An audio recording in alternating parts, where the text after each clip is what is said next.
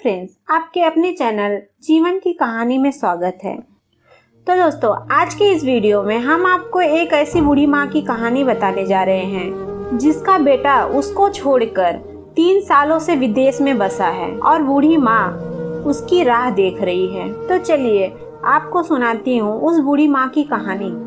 75 वर्ष की उम्र में सुलोचना देवी की याददाश्त काफी कमजोर होती जा रही थी।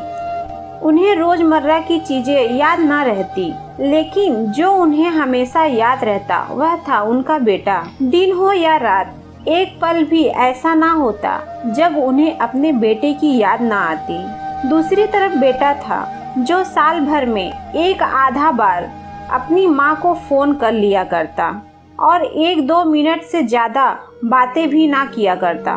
फिर भी यह बूढ़ी माँ टकटकी लगाए अपने बेटे का इंतजार करती रहती। एक दिन बेटे का विदेश से फोन आया। हेलो हेलो, सुन रही हो ना माँ? मैं अनिल बोल रहा हूँ। तुम्हारा बेटा कैसी हो माँ? फिर माँ ने बोला, मैं ठीक हूँ बेटा। तुम बहू और मेरा पोता कैसे हो? फिर बेटे ने कहा, सब अच्छे हैं माँ। मैं अगले हफ्ते गाँव आ रहा हूँ माँ तुम्हें लेने। अब हम सब साथ में ही लंदन में रहेंगे माँ। तुम्हारी बहू कह रही थी माँ को यहाँ पर लेकर आओ, बेचारी अकेली वहाँ परेशान होती होगी। माँ की बूढ़ी सूखी आंखें आंसुओं से भीग गई। उसके कमजोर शरीर के नस नस में खुशी की लहर दौड़ गई। बेटे और बहू का अपने प्रति प्रेम देखकर माँ का मन खुशी से भर आया।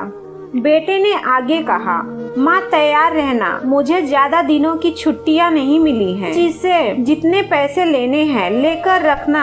तब तक मैं प्रॉपर्टी डीलर से बात कर लेता हूँ। तो माँ ने पूछा, घर के लिए? तो बेटे ने कहा, हाँ माँ, हमें गांव का घर बेचना पड़ेगा।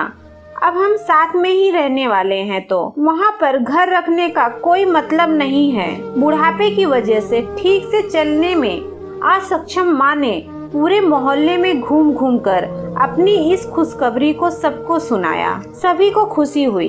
सबको लगा माँ जी के आखिरी दिन अपने परिवार के साथ खुशी से बीत जाएंगे। घर वापसी आकर माँ ने अपने घर के कोने कोने को ऐसा देखा जैसे वह अपने दूसरे बेटे को देख रही हो। देखे भी क्यों ना, उस घर को अपने बेटे से कम थोड़ी समझा था। अपने पति के साथ 40 साल यही तो बिताए थे, लेकिन अब मजबूरी थी।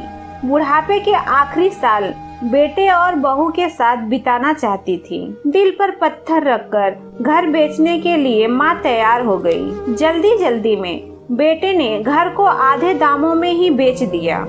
माँ ने ज्यादा नहीं, लेकिन जिन चीजों से दिल लगाया था उन चीजों को समेटा और बेटे के साथ टैक्सी में बैठकर एयरपोर्ट के लिए चली गई। बेटे ने माँ से कहा, माँ तुम यहाँ बेंच पर बैठो, मैं सामान और बोर्डिंग पास की जांच कराकर आता हूँ। वहाँ वक्त लगता है और खड़ा रहना पड़ता है, तुम्हें तकलीफ होगी। तुम यहीं आराम करो। मैं यूँ गया और यूँ आया। माँ बेंच पर बैठ गई और बेटा अंदर चला गया। काफी समय हो गया, बेटा वापस नहीं लौटा। माँ सोचने लगी, ज्यादा भीड़ होगी इसलिए देर लग रही है।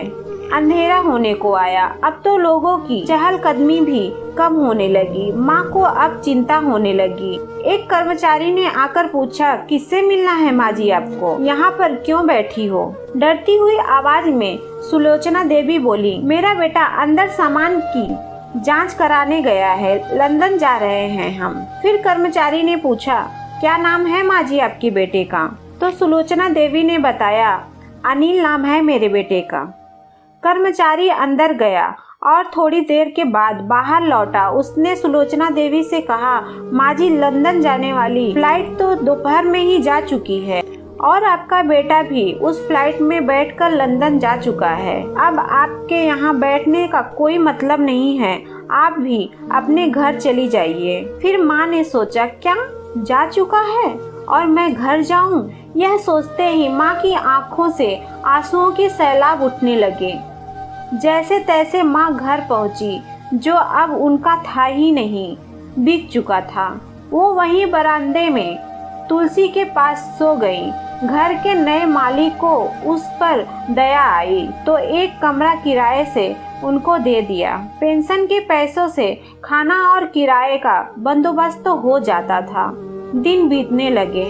कुछ दिनों के बाद घर के नए मालिक ने सुलोचना देवी से कहा, माँ जी, आप अपने रिश्तेदारों के यहाँ जाकर क्यों नहीं रहती हैं? इस उम्र में आपके लिए वही अच्छा होगा। तो बूढ़ी माँ ने कहा, अच्छा तो होगा, लेकिन अगर मेरा बेटा वापस आया तो उसका ख्याल कौन रखेगा? मेरा बेटा बहुत भोला है, उसे अपना ख्याल रखना बिल्कुल नहीं आता। मैं कहीं नहीं जाऊंगी, क्या पता कब उसे मेरी जरूरत पड़ जाए। दोस्तों, सच बताऊं तो माँ की ऐसी बातें सुनकर मेरी आंखों में तो आंसू आ गए। किसी ने सच ही कहा है, पूत कपूत हो सकता है, लेकिन माता कुमाता कभी नहीं होती। दोस्तों, आप सभी से हाथ जोड़कर विनती करती हूँ कि उनके साथ कभी भी बुरा बर्ताव मत करना। दोस्तों, ये कहानी आपको कैसी लगी हमें कमेंट करके जरूर बताइएगा।